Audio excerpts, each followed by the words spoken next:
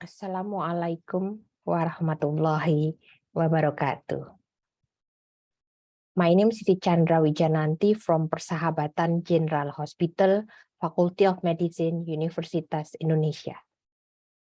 I will presenting my lectures about rehabilitation post-COVID-19 in certain comorbidities. This is my CV. I came from University of Indonesia and I'm majoring in respiratory rehabilitation. The background, after WHO declared the COVID-19 pandemic on 2020, then continued by wave after wave in COVID peak, the post-COVID-19 symptoms and diseases appeared on many survivors from COVID-19, which are similar to that the post-severe acute respiratory syndrome or SARS fatigue. Many studies aim to investigate and characterize the manifestation which appear after eradication of the coronavirus infection and its relation to disease severity. Only about 10.8% no symptom in around 287 survivors. The condition was not clear that it would last for months or years, and that there was a large hidden iceberg of people who self-isolated while unwell at home. The self-isolation people had no formal health record evidence of COVID-19, and they become ill before widespread testing. Around 10 to 20 of the globe COVID-19 infection lead to long COVID. We have a legacy of 10 or 20 million long-term cases to manage. This has massive ramifications for the life of the affected one. Direct effect to the family, also the survivor, also for healthcare planning. The WHO also makes some umbrella research about the post-COVID condition to expand our understanding about the post-COVID, and they're still continuing the research after and after to understand about the post-COVID and what would happen after the infection. Some of the long-term effect of COVID-19 also has been established by many meta-analysis or review, who consist of dyspnea, fatigue, LDL limitation, persistent cough, also brain fog or arthralgia may persist in the long COVID symptom. Many scientific reports also tell about the dysautonomia marked by failure of the increase of sympathetic or parasympathetic imbalance on the nervous system after COVID-19 infection. Studying the post-COVID condition could be a significant global health burden, so many people and many aspects must concern about this because the pathophysiological mechanism still lacking, and no plausible hypothesis regarding this underlying immunological and physiological mechanism of the post-COVID condition, and the research still continues till now. The post-COVID-19 condition and comorbidity. From this journal, Hanna et al. Identified that there is around 205 symptoms from 10 organs among people with long COVID and comorbidity. This study came from 56 countries, that most people had not been admitted to hospital. Also, 91.6% of them are self-isolation. The most frequent symptoms reported after 6 months were fatigue, post-exertional malaise, and cognitive dysfunction. And those were affected their working, and some of them are no longer working due to their illness after the infection. The post-sequelae symptom and comorbidity based on comorbidity like diabetes, chronic heart disease, incident or history of heart attack, high blood pressure, cholesterol, history of stroke, then autoimmune disorder, and some other comorbidity also affected the post-sequelae symptom and comorbidity after COVID-19 and also affected about their ability to return to work or return to activity after COVID. The WHO organization also established the rehabilitation also in the COVID area or COVID pandemic.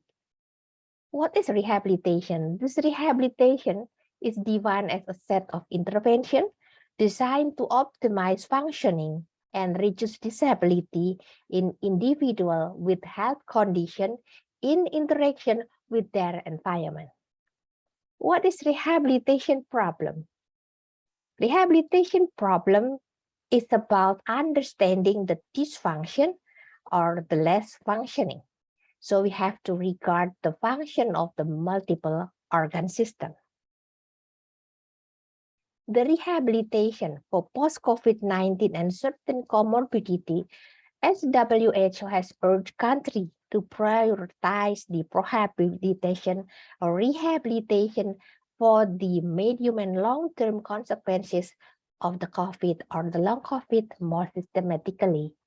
The complexity of clinical setting, the spread of the infection, and also some other condition that is different from each country, different of each part of this global collective pandemic problem. So it consists of so many data that we need rehabilitation consequences for those people after COVID. Many questions were frequently asked about the kind of rehabilitation services required for survivors of COVID-19, and related researchers were trying to provide answer of that question. The identification of survivor comorbidity, then complication from an ICU with or without intubation, and the effect of virus on the multiple body system, even in multiple body function, also are needed to further research or further learning and continuity to establish the rehabilitation exactly program tailor-made for them. Some original article by Needham et al. Resume that there is some impair of cognition, then pain, physical function, also other symptoms related to pulmonary function and other function related to after COVID or long COVID. So they've developed the Delphi consensus study about how to make a core outcome measurement or to make a systemized analyze the long COVID or after COVID symptom. Some literature review about rehabilitation of patients with post-COVID condition also aim to tailor to formulate a rehabilitation program to help them restoring physical and respiratory function, to reduce anxiety and depression due up to this pandemic, disinfection, disisolation, and also there are physical limitation or activity limitation after COVID. Particularly patients with comorbidity need to be explored more. And those who are live alone in a rural setting, also we have to make like some systematic rehabilitation for a rural area to restore their good quality of life in daily activity.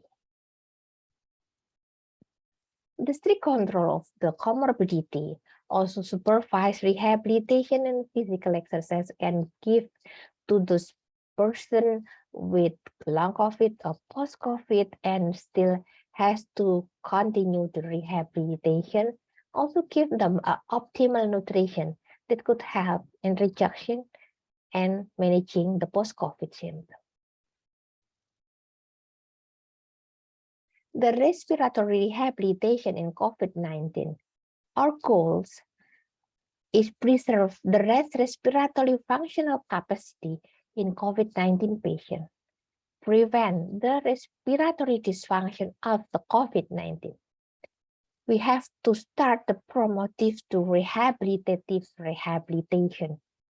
We need to ask the community to take care of their own respiratory function, to be responsible to their own preserved respiratory function. Many long COVID role in primary care. Also, they have to give them start from the self-management for the post-COVID until how they can overcome those conditions after COVID infection.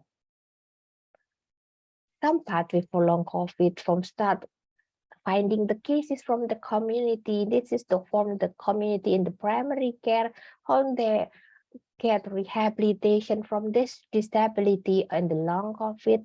Then targeted personnel suit the team of rehabilitation, give this rehabilitation specific care to what kind of type they have to apply in their daily activity. As physical medicine and rehabilitation perspective, we want to take care more about the mechanical breathing, because we know healing is a matter of time, but also a matter of opportunity. Not many of the people has a chance to meet us the other team or rehabilitation opportunity to get more healing in function. One of our teacher, but rehabilitation in respiratory, Professor Albert Hart said that early recognition of respiratory dysfunction can extend the functional respiratory capability. We have to take care of the mechanic of breathing. We have to take care of the components of the thoracic. Those muscles include the diaphragm. We can aim the maximal optimal power they have after this COVID to maintain the endurance for the respiratory of the patient. This is respiratory rehab. What we have done that based on function, so we make a tailored program regarding to the patient. If the patient develop a restriction of lung or dysfunction in gas exchange, perhaps the problem in chest mobility, some of mucus retention, or other respiratory comorbidity, or sometimes they develop into endurance problem because of sedentary or previous lifestyle before they get COVID, or the ADL problem. So we have to make a program that this program has priority that can become and it's different for each patient. For respiratory, we can give the inspiratory training for the compliance of the lung.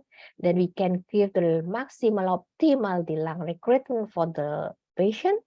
So we can give a optimal posture correction for optimizing the chest compartment to get a thoracic mobility. Then we give other chest therapy to optimize the respiratory function of this patient. Also, we give endurance training, strength training, or some energy conservation and relaxation from the dealing with their daily activity after disease infection. Rehabilitation approach after COVID, regarding so many comorbid, we are as a rehab doctor usually assesses the remain functional respiratory capacity that the patient still have, and we have to optimize that. We have to tailor the rehabilitation program with so many modality we have, but it's regarding to what the patient can, the rest functional ability that we have to optimize, and how many of the center can give those facility to this patient. Regarding the patient, perhaps there's difficulty to reach the institutional or some healthcare facility to get rehabilitation, or they can just do the telemonitoring or telerehabilitation. As a conclusion, all survivors recover from COVID-19 should undergo a long-term monitoring or evaluation. And for treatment of symptoms and conditions that might be precipitated with the new coronavirus infection. Our post-COVID rehabilitation have been proposed with respect to the recovery of the respiratory symptom, as well as the recovery of mobility and function for the body, for the function as a whole. Careful consideration of the rehabilitation environment will ensure that all patients recover as completely as possible. As a thorough treatment assessment as an individualized, progressive treatment plan, we are focusing on function, disability, and how to help a patient return to participation in their society.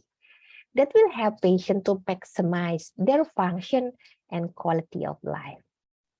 Comprehensive medical approaches include the rehabilitation aspect of post-COVID survivor where needed in handling post-COVID-19 condition and comorbidity. Also to conserve and optimize their functional ability outcome in the future. Thank you. Wassalamualaikum warahmatullahi wabarakatuh.